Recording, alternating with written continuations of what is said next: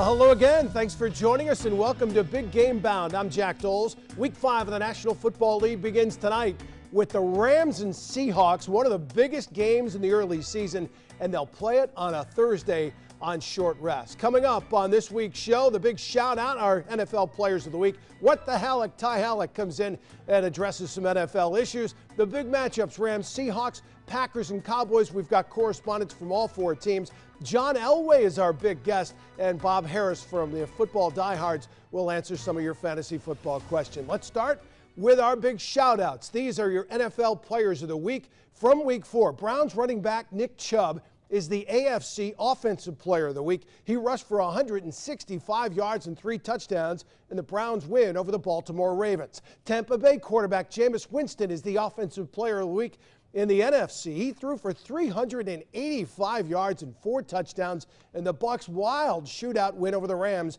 in LA. The Defensive Player of the Week in the NFC is Giants cornerback Janoris Jenkins, coming off a really rough week the week before. Jenkins had 2 interceptions in the Giants' rout over the Redskins. And the Defensive Player of the Week in the AFC is Patriots linebacker Kyle Van Noy. He had 8 tackles, 2 sacks to help the Patriots beat the Bills and remain undefeated.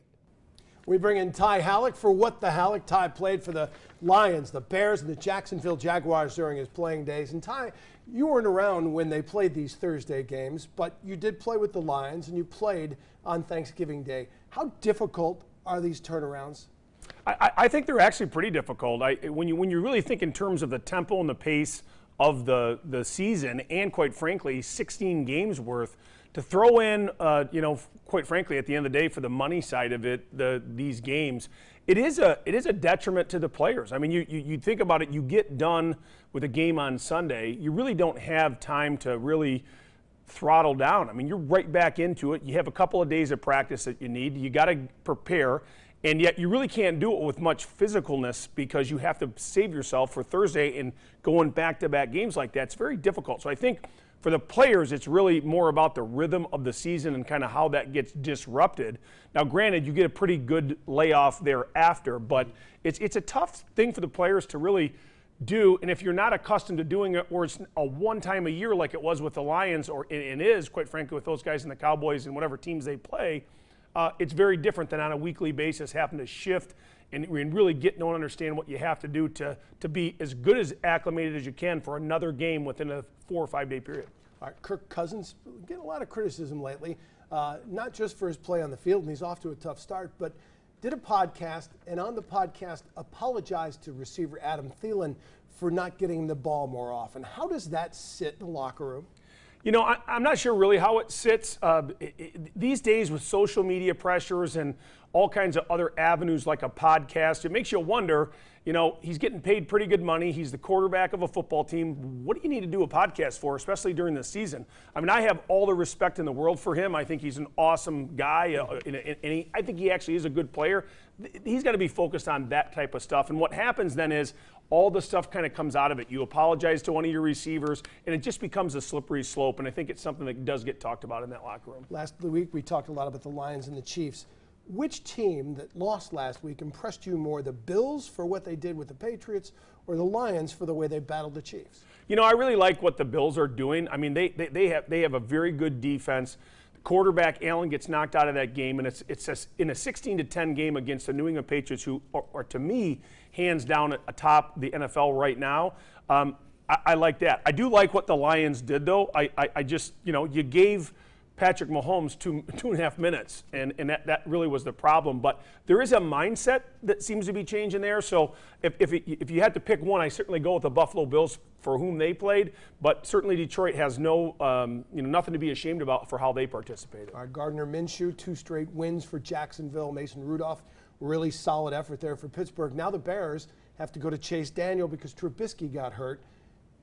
A problem or maybe a good thing for the Bears, the way Trubisky started this season? Well, I think this is where you look at the National Football League and you're pretty excited about having a backup quarterback that is capable. I think Chase Daniels came in. The one thing that was apparent to me watching that game is it seemed like the offense got a little bit more efficient. I mean, it was quick hitting, get rid of the ball, deliver it. And if you're a team that has a phenomenal defense like the Chicago Bears, when you're in that quarterback position, you don't have to do anything extraordinary. You just have to manage the game, take care of business, deliver the football when needed, and I think that's what he did. All right, every week we're giving you your top 5. Let's start number 5 this week. Who's moved into that slot? Well, we shake it up as they're coming together, but the Green Bay Packers and the Dallas Cowboys both coming off losses, but I think they're right in that hunt. They play this week, and they themselves will be battling for, I think, who might get thrown out of that top 5.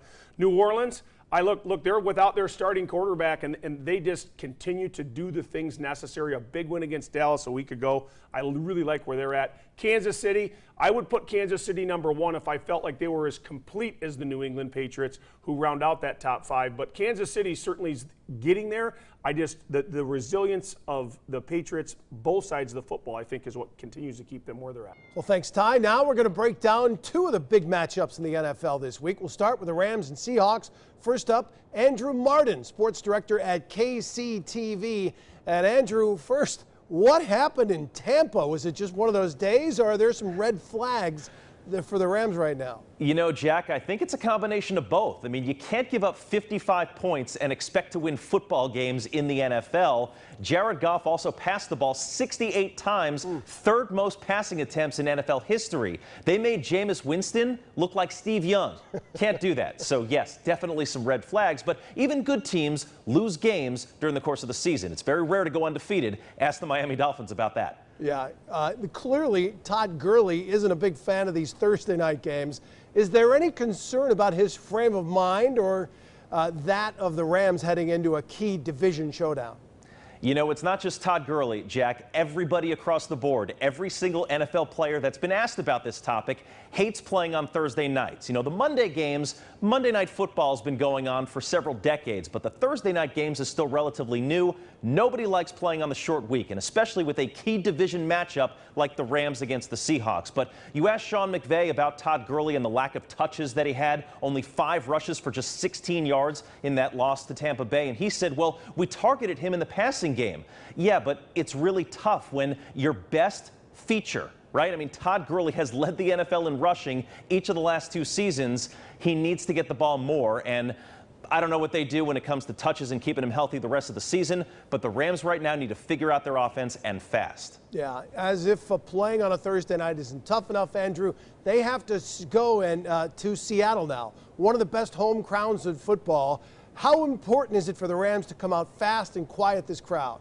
Well, it seems like the obvious thing to say, Jack, but it is incredibly important. The 12th man lives in Seattle and at Texas A&M, but in the NFL it lives in Seattle. And when you think about these 2 teams, right, the 49ers right now are the only team in the NFC to be undefeated, 3-0. But the Niners may be the 3rd best team in their division. Seattle and the Rams. These 2 teams are both 3-1. Both of these teams played close games last year. Now, the Rams went to the Super Bowl last year, of course, but they beat the Seahawks in 2 games by a combined 7 points last year. These teams are very evenly matched, except at quarterback. Russell Wilson may be off to the best start in his career. He leads all NFC quarterbacks in passer rating. Jared Goff, meanwhile, we talked a few weeks ago about how he signed that $100 million guaranteed contract. I think $134 million, but $101 guaranteed or some ridiculous number like that. He's got 6 touchdowns, 6 interceptions this season. That's not going to get it done if this team wants to go to the Super Bowl again.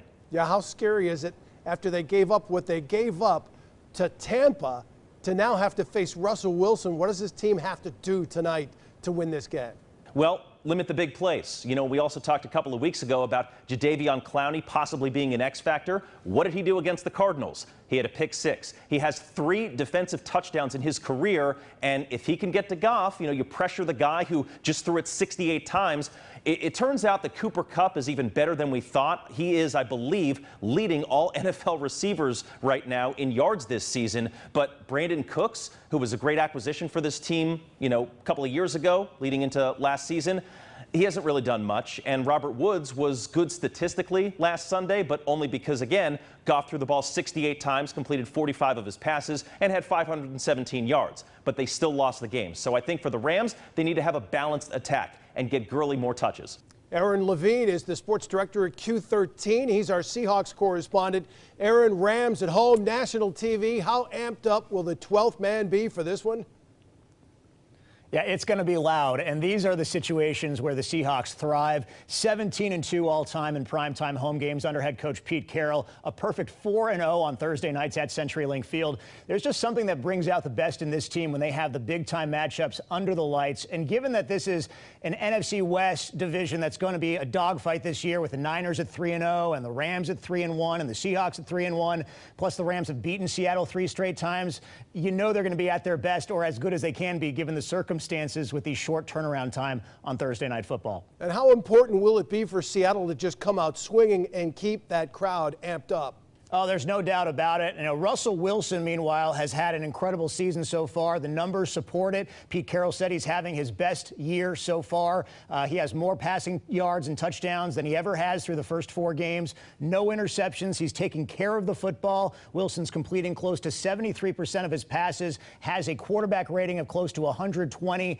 The only thing holding him back right now is his offensive line. Only 4 quarterbacks in this league have been sacked more than Wilson so far this year, so that means they need to establish the run game with Chris Carson, which sets up play-action passes for Wilson. And once they do that, you won't find many more accurate passers in the game of football. Yeah, he's been fantastic. This stable of linebackers that Seattle has, Wagner, Wright, and Kendricks, any concern about that with that short turnaround? Well, they're so good that the Seahawks have actually stayed in base defense with 3 linebackers on the field more than any other team in the league this season. It's also shocking they kept them on the field for the majority of the game last week against the air raid style defense or offense in Arizona. So Wagner and Wright, arguably the best linebacker duo in the league. Both of them are in the top 5 of career tackles in franchise history. It's really the addition of Michael Kendricks that they love in terms of keeping him on the field in a number of ways. He had 2 sacks last week, should have had 3. The question is whether they can stay in the same defense against the Rams with all those receiving weapons. Speed kills, and Sean McVay is the king of creating good matchups. I don't think Kendricks can cover a Cooper Kupp or a Brandon Cooks in the open field.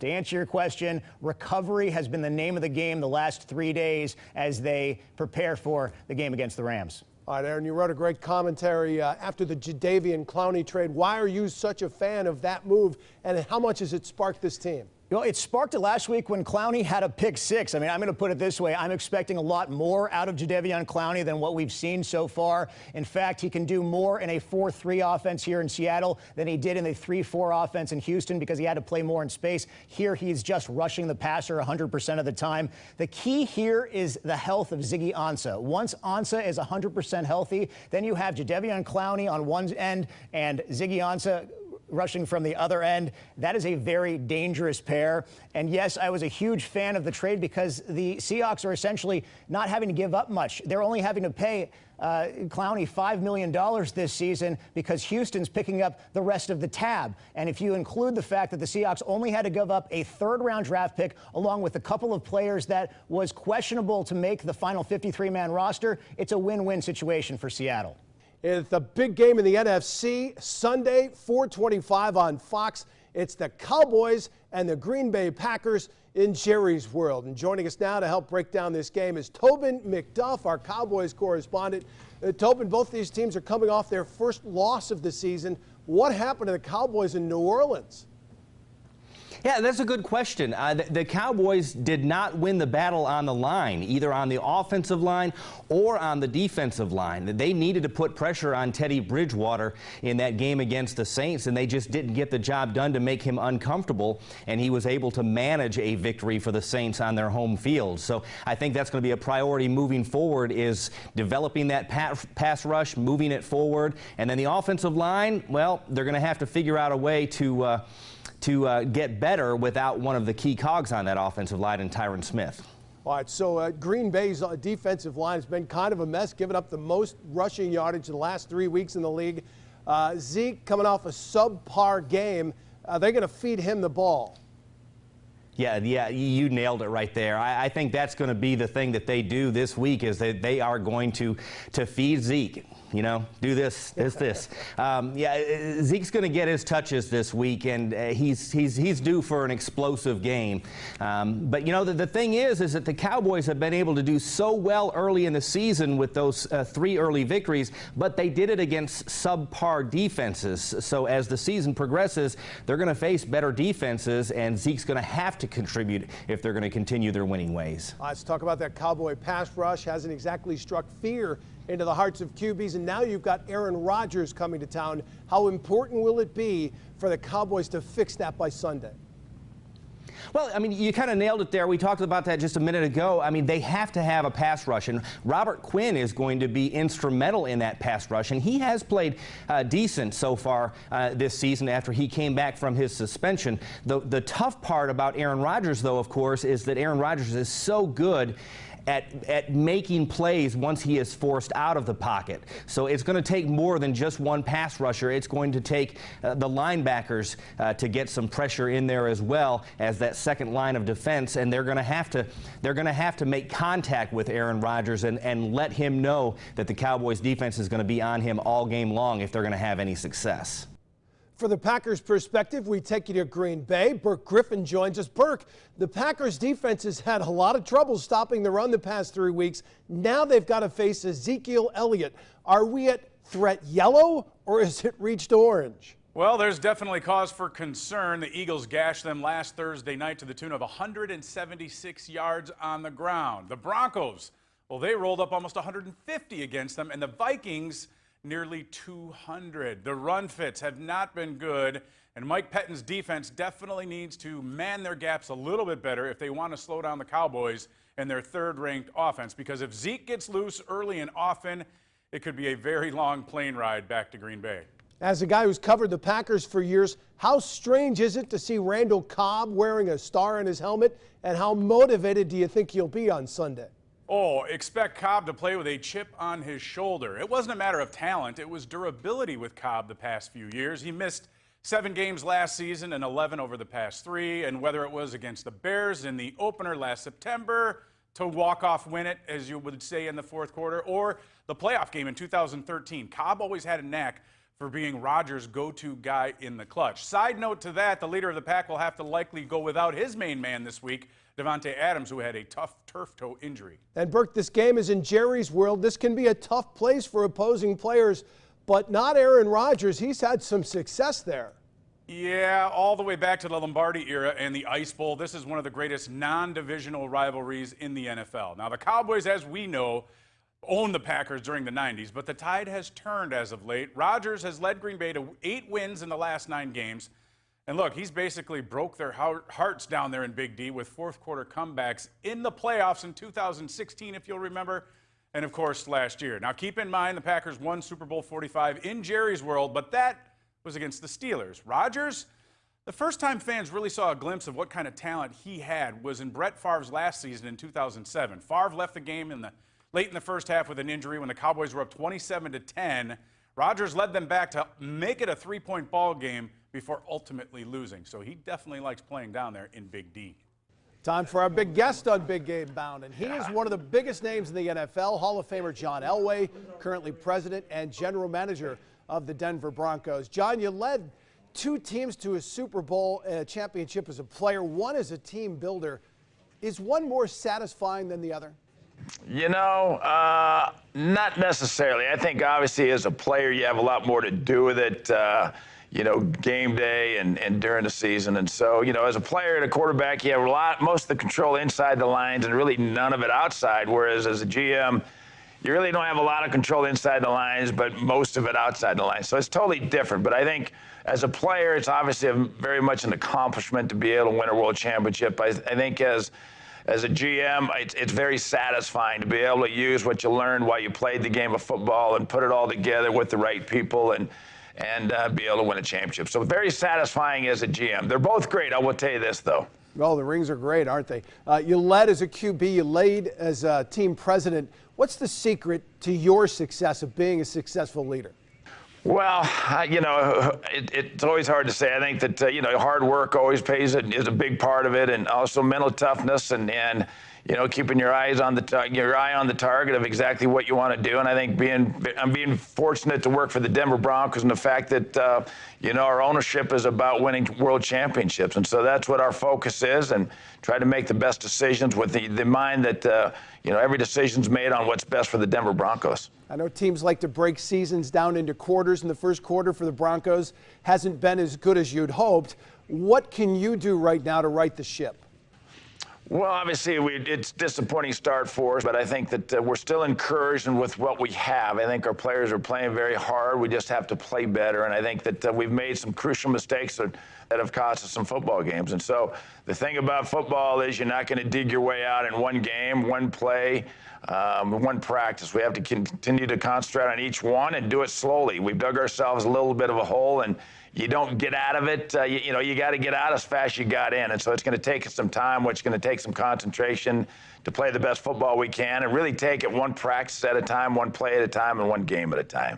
Now, John, the league is celebrating its 100th year. It's as popular as ever, but participation in most of this country is down. Are you concerned about the future of this game right now? I think there is a concern. I think what the league's trying to do is make it a safer game. With the competition committee's done a nice job of trying to change some of the rules to take some of the big unnecessary hits out of the game, and I think that they have done that. But also, it's about getting better equipment, and I think the helmets are getting much better and protection of the athletes too. So the participation is down, and so I think that we're doing everything we can to eliminate some of the big hits and some of the hard hits that we have in the game. But it's always going to be a physical game, and that's what makes it popular. All right, John, we see the sign behind you there. You've had some hand issues you've dealt with. When did you know you had a problem? Well, I was diagnosed with Dupuytren's contracture about 15 years ago, and so it was something that at that point in time there were only surgical options, and so I didn't do anything about it. My hands continued to get worse to where the fingers get pulled down towards the palm, and so at that point in time went back to my hand specialist and found that I was diagnosed with Dupuytren's contracture, and now that found out that there are non-surgical options now, and so there's 16 million Americans that have this condition that really don't know about it, and so this is a campaign to let people know all about it. They can also go to factsonhand.com to find out more about Dupuytren's contracture. We're calling on Bob Harris of footballdiehards.com to help you with your fantasy football question. Bob joins us from Albuquerque, New Mexico. Bob, Melvin Gordon is back, but Austin Ekeler has been tearing it up. Advice for owners that have either or. Well, the advice for Ekeler owners: dial back those expectations, folks. It's not going to be what you've had. Look, he's been phenomenal, but Anthony Lynn made it clear once Melvin Gordon returned that he was going to move back in as the starter this week. The matchup would dictate. We just saw Leonard Fournette tear through the Denver defense for the tune of 225 yards. This seems like a great week for Melvin and a great opponent for Melvin Gordon to come back and get his legs under him. We'll still see Ekeler. Ekeler had standalone value as it was last year as the receiving back. He's very capable of scoring touchdowns. So don't give up on him, but you're going to have to dial back. He's going to move back to a flex level player from an RB1 level player. All right, is it time for Todd Gurley owners to maybe hit a panic button? Would you trade him? Or, if you can fleece somebody else, would you try to make a trade to get him? First, you should work out and exercise all your demons on the panic button. Bang it hard. Show it no mercy. But then dial back a little bit once you figure it out. It seems like Sean McVay has been, I don't know how clear with us. He's talked about wanting to increase the workload, and then, even as recently as last week, he talked about 25 carries only to give Todd Gurley 5.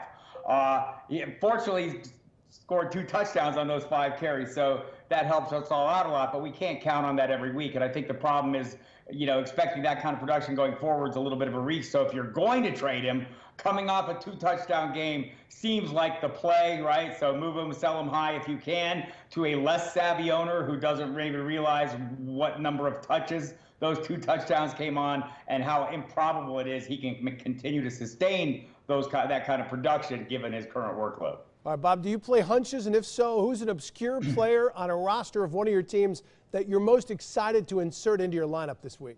So just something broader on playing hunches. I get asked a lot about people. I've got a hunch about a guy. And I always say the answer to this is play your hunch. But it has to be your hunch, not my hunch. My hunches tend to be less emotional, less random. They're more like this week I have a hunch on Tyler Eifert. Why would I have a hunch on Tyler Eifert? What has he done? They targeted him 5 times against the Steelers on Monday Night Football, and he did really nothing with it. Well, it's the Arizona Cardinals more than it is Tyler Eifert. Every tight end who plays the Cardinals, in fact, is pretty darn productive. You can go back through each week's production, starting with T.J. Hawkinson, Mark Andrews, Greg Olsen, then followed up by Will Dissly. This is a regular occurrence. So Tyler Eifert would be a guy I have a hunch about. Maybe this is his touchdown week. But my hunch is based on the fact that pretty much every tight end who plays Arizona has a touchdown week. Hunches are great. I get a lot of questions about, should I play Mecole Hardman, say, over, Larry Fitzgerald? Well, sure. I mean, Mecole Hardman is going to have some big games. He's in a phenomenal offense. Some of this has to do with your own roster construction, right? If you feel like you have a great floor with your other players and you have a room for a swing for the fence type of play, yes. Just remember, some of these guys, whether it's DeMarcus Robinson, whether it's Mecole Hardman, whoever, in these offenses, Stephon Diggs has turned into that guy as well, right? They're not passing much in Minnesota, so he's going to depend on his huge spike performance. It's not going to be the norm. If you feel like that's going to be a given week, play him over the sure higher floor guy if you'd like, but just realize what you're doing when you're making that play. You're bucking the odds. All right, we've got some viewer questions. I'm not sure if Aaron has Stephon Diggs on his team, but he wants to know, what should we do about wide receivers? It's a wasteland out there. He says, waivers or trades, please help fix my team. Well, I think there are some guys on waivers. I mean, we saw Deontay Johnson last night in Pittsburgh is the guy that's rising up the depth charts. If people in your leagues don't have, say, Golden Tate yet, there's guys coming off suspension this week. The four-game suspensions. Golden Tate would be one of them. He seems like he's in a pretty good position. Daniel Jones is playing well. The Giants are moving the ball reasonably well. He'll come in and be a solid, high-volume guy. They released 2 other receivers today upon his return, so that kind of tells you they're playing. Kiki QT in Houston, at some point that offense is going to get it all together and work. A.J. Brown, a Titan. Look, I don't advocate rolling out Titan receivers every week, but they're going to have weeks where they have big games. Some of that's going to be based on the protection Marcus Mariota gets. Last week it was good. Maybe this week it's not. So there are receivers out there you can jump on it. Don't be afraid to do that and make the speculative plays, especially with a guy like Deontay Johnson, who appears to be the apple of Mason Rudolph's eye right now. All right, at J. Lamb has a trade offer. I trade Henry and Thielen for Dalvin Cook. What would you do? He says he also has McCaffrey on his team. I'd take the Dalvin Cook side of that. Look, I mean, I don't know. We know Adam Thielen is capable of having some big games. Derrick Henry is a little bit more of a plotter. I think I'd rather have the big play component of that. It's never great trading 2 frontline players for another player, but it sounds like he has the firepower to do that in terms of the depth remaining at wide receiver. All right, Bob, thank you very much. Again, each week, Bob joins us to answer some of your fantasy football questions. You can reach him on footballdiehards.com. Send us your questions at Jack Doles. And you can also hear Bob on SiriusXM Fantasy Sports Radio every night from 6 to 8. That'll wrap up Week 5 of Big Game Bound. Thanks for joining us. We'll be here every Thursday during the NFL season with a new episode streaming at 1 o'clock Eastern Time. A big shout out to Andrew Martin, Aaron Levine, Brook Griffin, Tobin McDuff, Ty Halleck, our producer Spencer Wheelock, and the crew. I'm Jack Doles. Enjoy Week 5 of the National Football League.